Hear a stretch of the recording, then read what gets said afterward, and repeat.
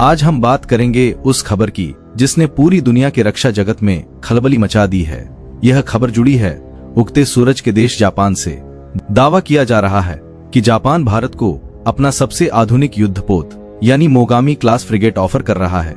आज हम इसी खबर की गहराई में उतरेंगे और समझने की कोशिश करेंगे कि क्या वाकई जापान भारत के लिए युद्धपोत बनाने जा रहा है।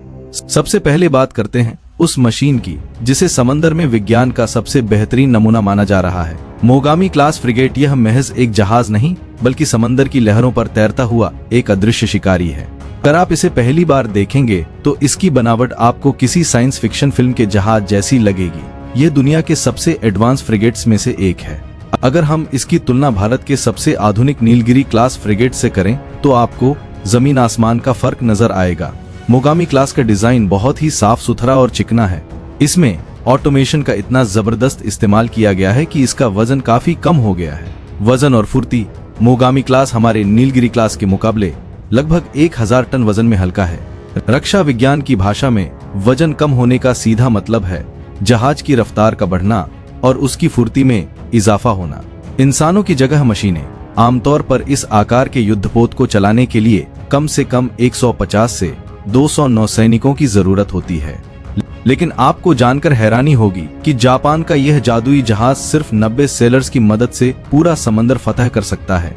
यह इस बात का सबूत है कि जापान ने इस जहाज में किस स्तर का ऑटोमेशन और आर्टिफिशियल इंटेलिजेंस लगाया है। यूनिकॉर्न सिस्टम, वो तकनीक जो दुश्मन को अंधा कर दे।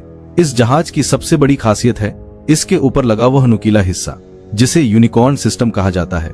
तकनीकी भाषा में इसे यूनिफाइड कॉम्प्लेक्स रेडियो एंटीना कहते हैं। आमतौर पर किसी भी युद्धपोत के ऊपर बहुत सारे एंटीना और रडार मकड़ी के जाले की तरह फैले होते हैं जिन्हें दुश्मन के रडार आसानी से पकड़ लेते हैं।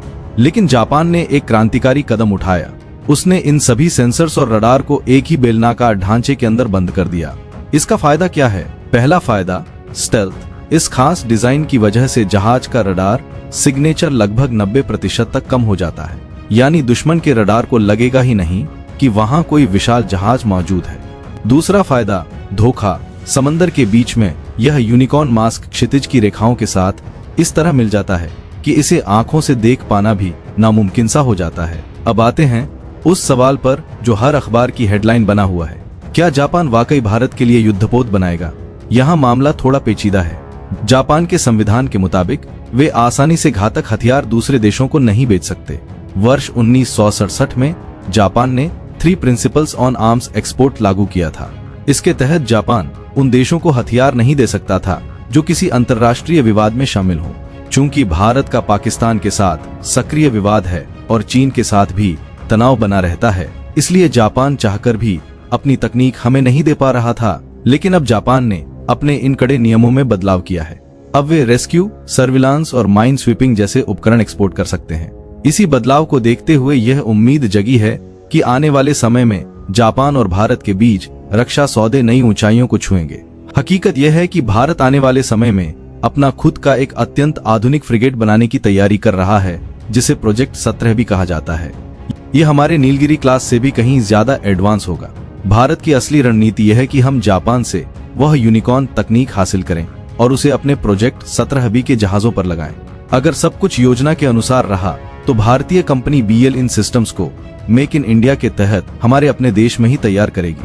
तो दोस्तों, चाहे वह पूरा जापानी जहाज हो या फिर उसकी अनोखी रडार तकनीक, एक बात तो तय है कि भारत की नौसेना अब और भी घातक होने वाली है।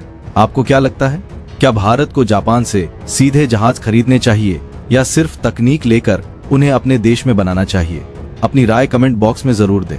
इस वीडियो को लाइक करें, इसे ज्यादा से ज्यादा शेयर करें और हमसे जुड़े रहने के लिए हमारे चैनल को सब्सक्राइब करना ना भूलें। जय हिंद, जय भारत।